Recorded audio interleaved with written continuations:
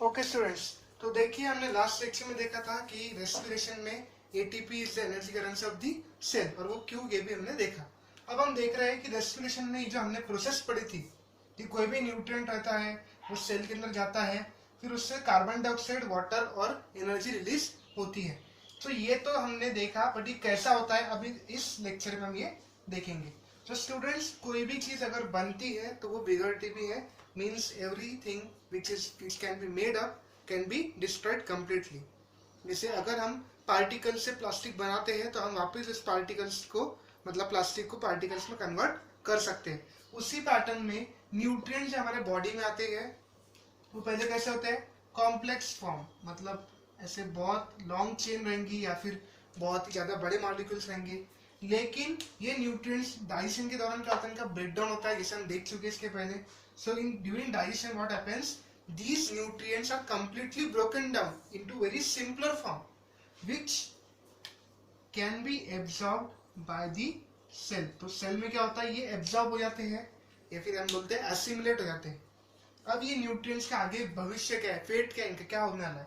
तो देखिए स्टूडेंट्स, ये न्यूट्रिएंट्स जो कार्बोहाइड्रेट्स रहते हैं वो भी ब्रेकडाउन हो रहा है, प्रोटीन भी ब्रेकडाउन हो रहा है और फैट भी ब्रेकडाउन हो रहा है, हमको ये पता है। अब देखिए कार्बोहाइड्रेट्स के एग्जांपल लेते हैं हम, जैसे स्टार्च। स्टार्च, यहाँ पे मैं स्टार्च लिखता हूँ इसको, okay. So starch is a long polymer of glucose units.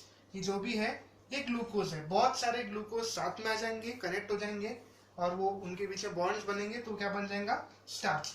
मतलब स्टार्च को मैंने अगर टुकड़े कर दिए, बहुत ही कंप्लीटली ब्रेक कर दिया, तो मुझे क्या मिलेगा यहाँ पर, बहुत सारे glucose units. So starch is a polymer and glucose is a monomer।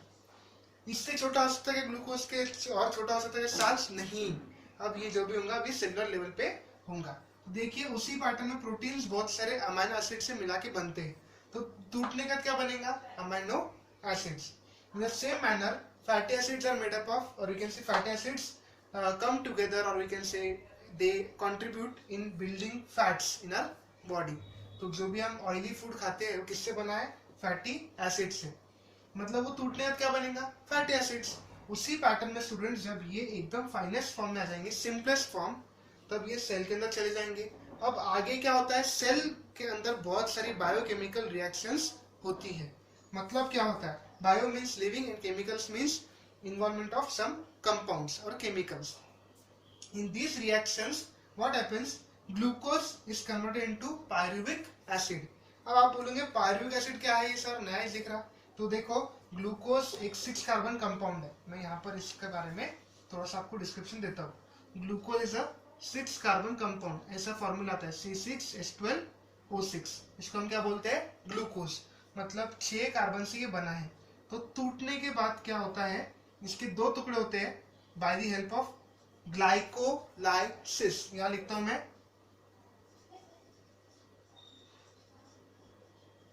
glycolysis means breakdown of glucose। glyco means glucose and lysis means breakdown। So this 6 carbon compound glucose is converted into 2 compounds of 3 carbon each, and this 3 carbon compound is known as pyruvic acid। देखिए क्या हो रहा है, oxygen रहो मत रहो, ये चीज तो होने वाली है, इसीलिए ये कॉमन स्टेप है for breakdown of carbohydrates. Carbohydrate से क्या बनेगा, फिर ग्लूकोज, और ग्लूकोज से क्या बनेगा, पायरुविक एसिड। एक ग्लूकोज मॉलिक्यूल से कितने पायरुविक एसिड बनेंगे, 2 मॉलिक्यूल्स, ओके।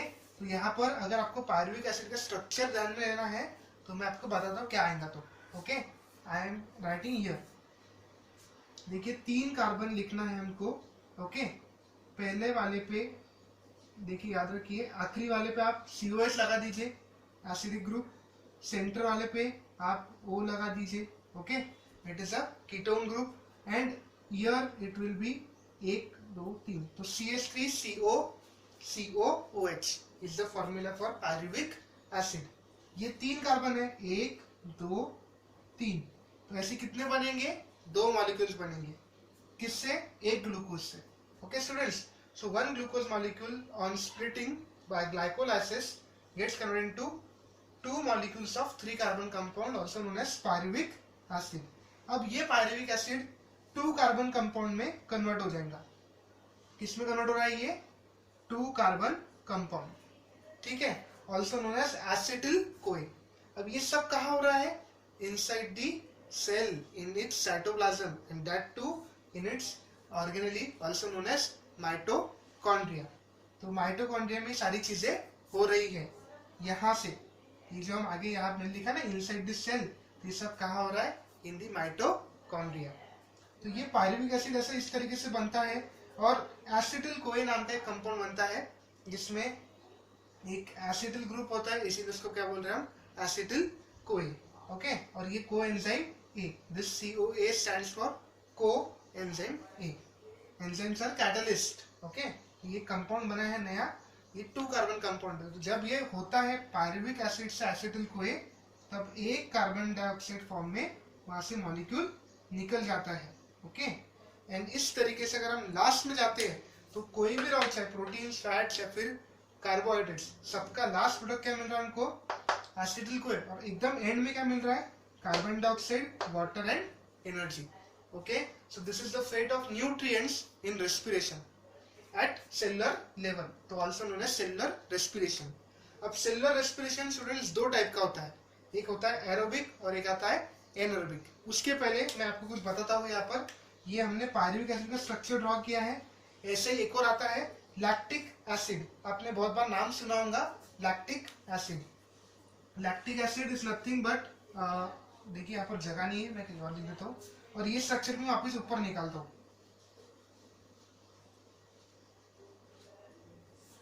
ये ड्रॉ कर लेते हैं। पायरुविक एसिड का स्ट्रक्चर ड्रॉ करो, सबसे पहले 3 कार्बन से ड्रॉ कर देना, एक के नीचे एक, आखिरी वाले पे COH ग्रुप लगा देना, सेंटर वाले पे O ग्रुप, कीटोन ग्रुप, और ऊपर क्या बच गया यहाँ पर CH3। ये क्या स्ट्रक्चर है आपका पायरुविक एसिड। अब इसी तरीके से स्टूडेंट्स एक और कंपाउंड होता है, अगर मैं इसमें H2 ऐड कर दूं तो देखिए CH3 CO था यहाँ पे, तो यहाँ पर एक H लग गया और यहाँ पे भी H।